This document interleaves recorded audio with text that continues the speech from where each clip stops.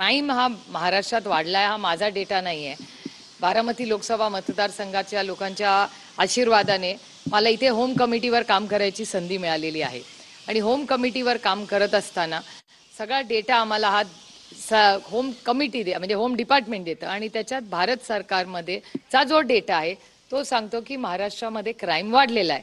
त्याच्यामुळे त्या अनुषंगाने आपण सगळे तुमच्या सगळ्या चॅनलवर रोज दिसतच ना, म्हणजे डेटाही तेच सांगतो आणि चॅनल्सही तेच सांगतात.